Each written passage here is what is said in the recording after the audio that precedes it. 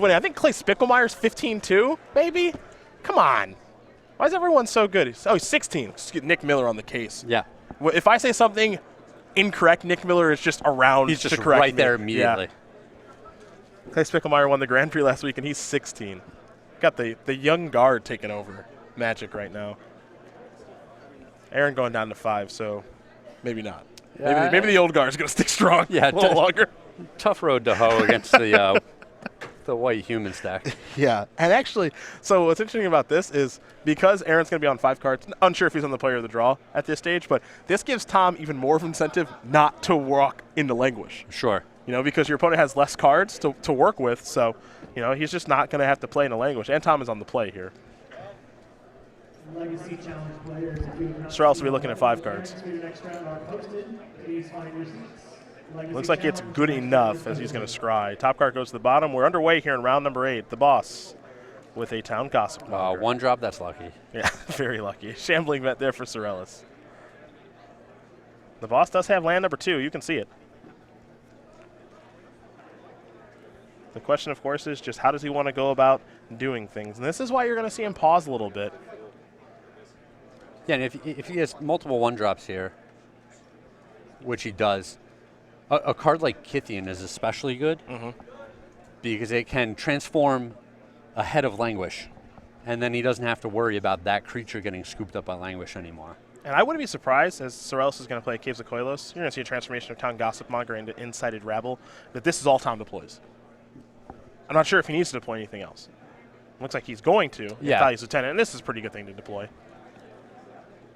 So here come the counters. The creatures are bigger, and now here come the beatdowns in just a moment. Sorrells have a grasp or an ultimate price. He does have a grasp to take care of Insighted Rabble. That's important. He has to take 1 to cast it, given the Caves of Koilos. So he's going to take 1, 2, 3, 4, 5, fall down to 15. Back over to Aaron we go. He'll draw. Looks like he has a Shambling Vent over there. He'll play that, simply pass the turn back. Over to Ross we'll go. He will draw a card. Battlefield Forge.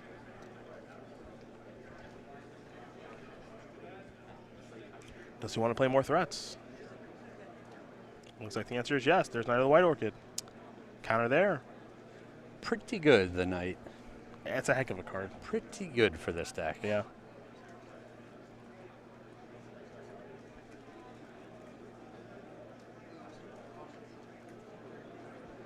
Back in our day when you played an aggressive deck, it was Savannah Lines with a Crusade.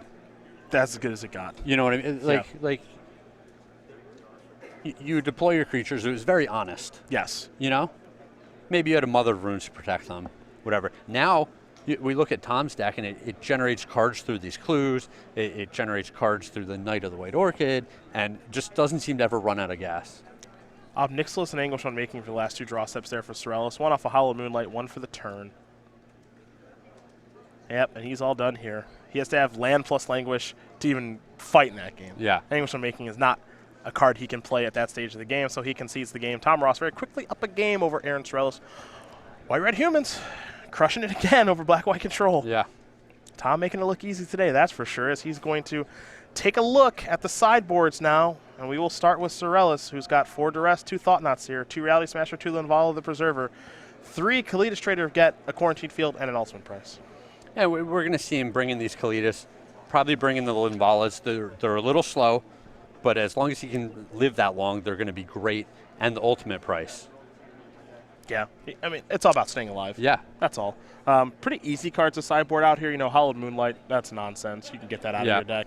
Anguished Unmaking, you can basically get, you can safely get that out of your deck because Tom doesn't have Westvale Abbey.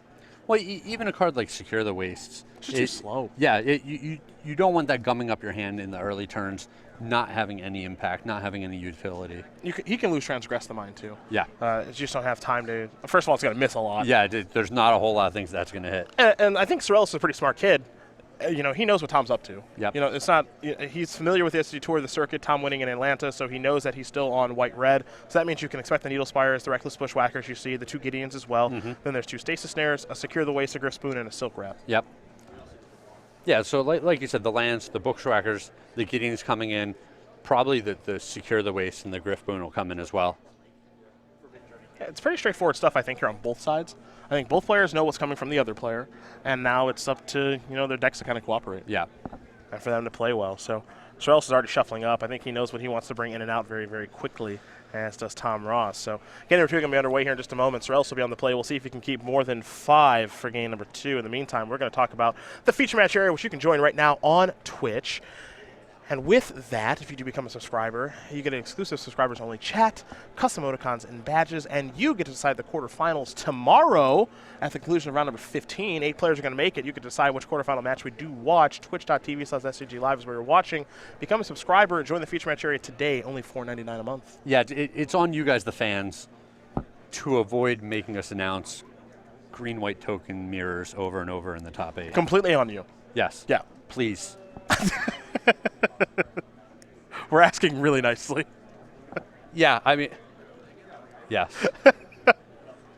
So the best I did not feel great about having you guys have to announce the Bant Collected Company mirrors each round when I was in the Invitational top 8. Those were tough. While playing in them, it was a marathon, man. Yeah, those are I tough. didn't even realize it was like 90 minutes into the match at the one point. Yeah, that's like game 2. Yeah, I'm like, what the heck? Yeah.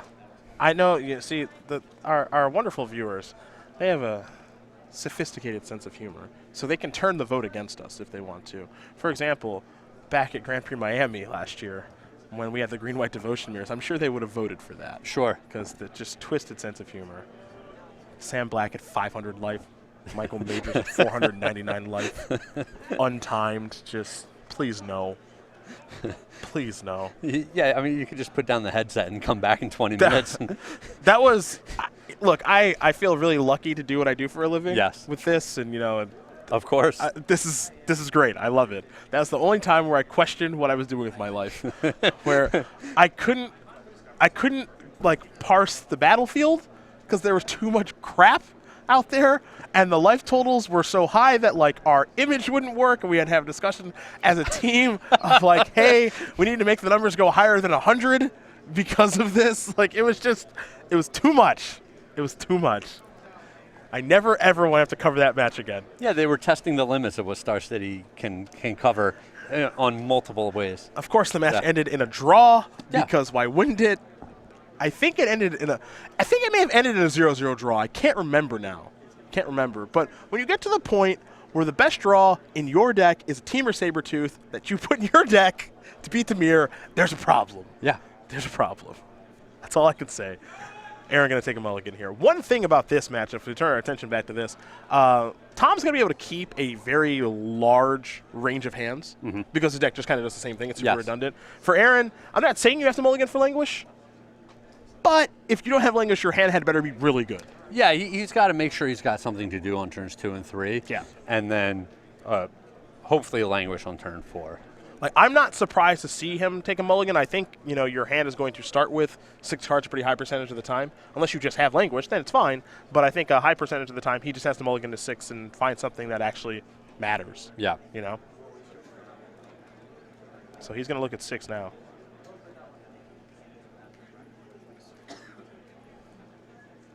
Is it any better? All right, he's keeping this. Yeah, it's good enough. Scry to the bottom. Underway in game number 2. It's a Forsaken Sanctuary. All right, Sorrells, let's pull it together. Come on. A Plains, a Town Gossip Monger. Over to Aaron we go. Don't let the humans just walk all over you. There's a Battlefield Forge. He'll pass the turn back over to Ross.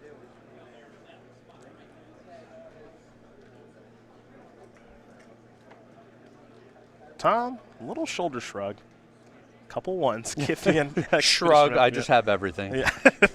You're up. Sorrells will draw. Well, I believe he even has the Knight of the White Orchid laying in wait for, one of his best possible draws. Alternate Price is going to take care of Kithian because it has to.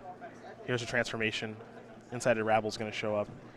Aaron's hand is okay, but he had better draw a land, preferably one that taps for black mana next turn. Oh, yeah.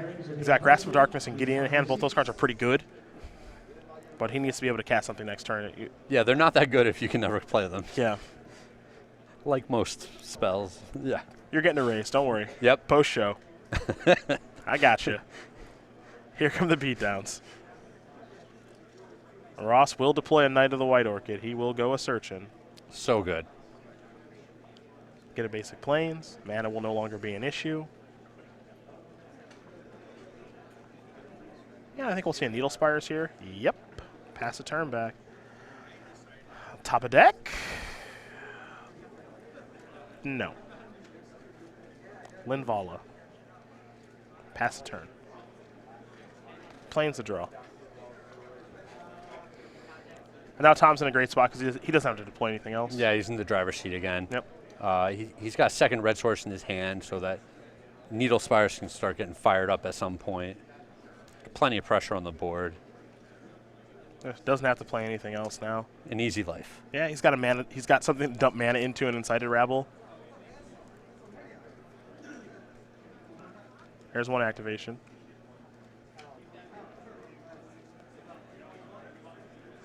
Curious if he's going to play something else here. Because he only pumped once with Incited Rabble. Looks like the answer is yes. There's Knight of the White Orchid. There's a land. Pass. Sorrells, I don't even think his hand has Languish, so. Case of Koilos. He's got a, man, he's drawing a lot of pain lands. Yep. I guess he's got 2 Battlefield Forges, so. And Gideon's just way too slow now. Tom doesn't even have to attack Gideon. Yeah, I mean, in general, I think the mana in the black-white deck is quite good. I think so on the whole, yeah. But this is going to happen to you sometimes. Yep. Ross on tap and draw. Not a lot to be afraid of here for Tom. Yeah. Realistically, Aaron can have like 1 spot removal spell, and it's going to be pretty damaging anyway. So might be able to fire up the old Needle Spires, and Tom actually drew a copy of Reckless Bushwhacker. Yeah, so he's just going to get everyone in there. Yeah, I think we're all set here. And that's a wrap. Yeah, that's it. Tom Ross going to win this match over Aaron Sorrells, 2-0. White-Red Human's going to take care of Black-White Control. The boss is at it again. He's 8-0. Yeah, it's too bad that it took them all of 11 minutes to play the match because it means we don't have time to jump somewhere else. Yeah, it's going to be a long commercial break for Yeah. you guys at home. That's really too bad. Heading back.